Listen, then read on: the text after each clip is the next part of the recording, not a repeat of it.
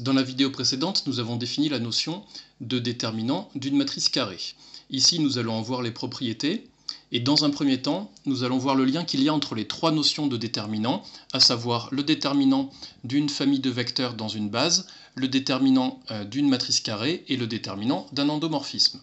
Donc on commence avec le théorème 6, où on prend F une famille de n vecteurs, on prend aussi B une base de grand E, et je note aussi A la matrice MB de F, donc la matrice qui est construite colonne par colonne, où la colonne numéro J contient les coordonnées de XJ dans la base B. On va démontrer que le déterminant de la famille F dans la base B est égal alors au déterminant de la matrice A, autrement dit au déterminant de la matrice MB de F. Donc pour démontrer cette égalité, il suffit d'appliquer la formule sommatoire. Alors du coup, il y a deux formules sommatoires. Il y a la formule sommatoire pour le calcul du déterminant d'une famille de vecteurs dans une base, et la formule sommatoire pour le calcul du déterminant d'une matrice. Mais on l'a vu, c'est exactement la même formule. Alors avec quel coefficient doit-on utiliser cette formule? Pour le déterminant de la famille F dans la base B, on doit utiliser, donc les coefficients à utiliser sont les coordonnées des vecteurs x1 jusqu'à xn dans la base B. Oui, mais voilà, ce sont justement ces coefficients-là qui interviennent dans la matrice MB de F. Donc finalement, quand on veut calculer le déterminant de F dans la base B ou le déterminant de la matrice MB de F, on doit appliquer deux fois la même formule avec les mêmes coefficients.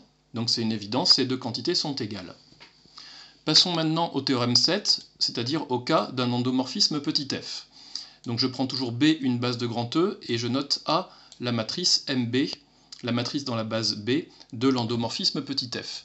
Alors j'obtiens que le déterminant de f est égal au déterminant de la matrice grand A, c'est-à-dire est égal au déterminant de la matrice MB de f. Donc je commence par vous rappeler ce qu'est la matrice MB de f. C'est la matrice dans la base B de la famille f de E1 jusqu'à f de En. Donc maintenant je passe au déterminant, et donc ce que je dois calculer c'est le déterminant de cette matrice, de la matrice dans la base B de la famille f de 1 jusqu'à f de En. Mais justement je peux appliquer ici le théorème 6 qui me dit que le déterminant de la matrice d'une famille dans une base, c'est tout simplement le déterminant de cette famille dans la base B. Or, on a déjà vu dans la partie sur le déterminant d'un endomorphisme que le déterminant de f est égal au déterminant dans la base B de la famille f de B, c'est-à-dire de la famille f de 1 jusqu'à f de En. Donc on a démontré le théorème 7. Une remarque importante, la matrice grand A, donc la matrice MB de f, évidemment, elle dépend du choix de la base B. Si je change de base, la matrice va être modifiée. Mais cependant, on a l'égalité det de f égale det de MB de f. Cette égalité est vraie quelle que soit la base B. Donc ça prouve bien que la quantité det de MB de f ne dépend pas du choix de la base B. On comprendra mieux cette remarque ci-dessous. Quand on regardera la remarque 9, on comprendra plus précisément pourquoi le scalaire det de MB de f ne dépend pas du choix de la base B.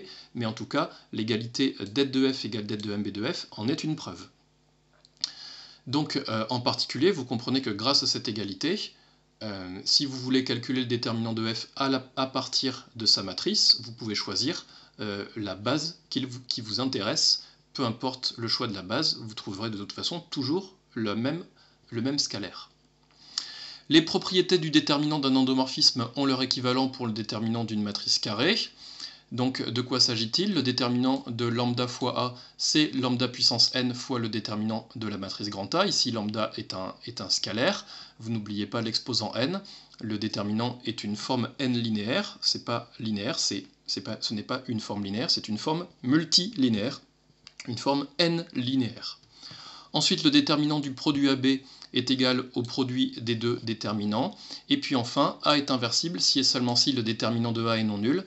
Et dans ce cas, le déterminant de l'inverse de la matrice A est égal à 1 sur det de A. Donc vous voyez que ce point 3, il nous donne une caractérisation des matrices inversibles, puisqu'on a une équivalence entre l'inversibilité de A et le fait que le déterminant de A soit non nul. Pour démontrer cette proposition, on va revenir aux endomorphismes, puisqu'on a déjà démontré des propositions similaires dans le cas des endomorphismes. Ici, j'ai que des matrices A et B, donc je vais m'intéresser aux endomorphismes canoniquement associés. Donc j'ai noté petit f, l'endomorphisme canoniquement associé à la matrice grand A, et je note petit g, l'endomorphisme canoniquement associé à la matrice grand B. Je note aussi B, la base canonique de K puissance n. Donc je commence par écrire la matrice lambda A, dont il est question dans le point 1, la matrice lambda A, c'est-à-dire la matrice lambda fois MB de F. Dire que F est l'endomorphisme canoniquement associé à la matrice grand A veut bien dire que A est égal à la matrice MB de F, où B, c'est la base canonique de K puissance n. Ensuite, lambda fois cette matrice, on sait que ça me donne la matrice de lambda F. Ici, effectivement, il y a linéarité, donc j'obtiens bien la matrice dans la base B de l'endomorphisme lambda F. Du coup, je passe au déterminant, j'obtiens un déterminant de lambda A, qui du coup est égal au déterminant de MB de lambda F. Mais on a démontré, c'est le théorème 7 qui est là qui le dit, on a démontré que le déterminant de la matrice de l'endomorphisme lambda F est tout simplement égal au déterminant de l'endomorphisme lambda F. Et ça, nous avions déjà vu dans les propriétés sur le déterminant d'un endomorphisme qu'il y a un facteur lambda n qui sort et qui en arrive en facteur de det de f. Et det de f, c'est quoi? Encore une fois, on le sait, det de f, c'est le déterminant de sa matrice dans la base B. Donc finalement, on a bien démontré que le déterminant de lambda A est égal à lambda puissance n fois det de A. Ensuite, je passe au produit. Alors le produit AB, c'est-à-dire le produit MB de F fois MB de G, on sait bien que le produit matriciel correspond à la composition des endomorphismes, donc j'obtiens MB de F rond G. Ensuite, je passe au déterminant, et donc j'obtiens le déterminant de MB de F rond G, sauf qu'on l'a démontré, c'est le théorème précédent, le déterminant de la matrice de F rond G, c'est tout simplement le déterminant de F rond G.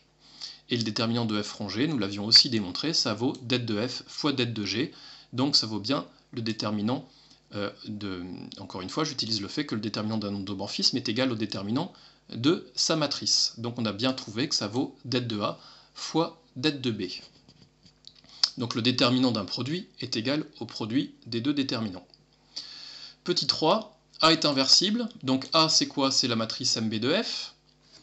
Donc on sait que la matrice MB de F est inversible si et seulement si F est un isomorphisme. Alors ici je parle d'automorphisme parce que automorphisme ça veut bien dire isomorphisme plus endomorphisme. Donc j'obtiens que F, c'est équivalent à dire que F est un automorphisme. Ça on l'a déjà prouvé, c'est équivalent à dire que son déterminant est non nul. Or le déterminant de F et le déterminant de A sont égaux, donc j'obtiens que c'est équivalent à dire que le det de A est non nul.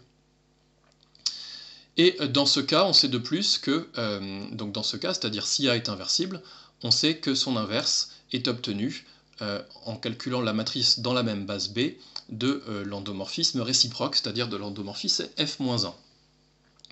Du coup, si je passe au déterminant, j'obtiens que le déterminant de A-1 est évidemment égal au déterminant de cette matrice, mais le déterminant de cette matrice, c'est tout simplement le déterminant de l'endomorphisme F-1, et nous l'avions démontré, le déterminant de F-1, c'est 1 sur det de F, autrement dit 1 sur det de A.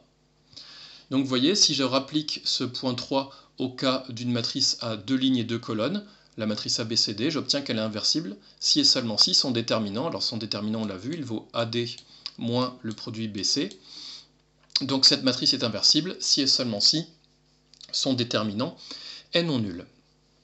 Remarque 9, donc, qui complète la remarque importante que nous avions fait ici, où nous avions remarqué que le déterminant de la matrice MB de F ne dépendait pas du choix de la base B.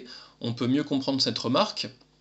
Pour ce faire, je prends une autre base B', cette fois que je note B' de grand E, et je note A', la matrice de ce même endomorphisme F dans cette nouvelle base B'. On sait que si je note P, la matrice de passage, donc la matrice de passage de l'ancienne vers la nouvelle base, j'obtiens que A, la matrice dans l'ancienne base, est égale à la matrice de passage fois la matrice dans la nouvelle base fois P-1. Du coup, si je calcule le déterminant de grand A, d'après le point 2, le produit matriciel me donne, le déterminant d'un produit me donne le produit des déterminants, donc j'obtiens que det de A vaut det de P fois det de A' fois det de P-1, sauf que det de P-1, on vient de le démontrer, c'est 1 sur det de P, donc après simplification par det de P, j'obtiens tout simplement det de A'. Donc vous voyez ici, on retrouve bien le fait que le déterminant de A est égal au déterminant de A', autrement dit, que le déterminant de la matrice MB de F est égal au déterminant de la matrice MB' de F.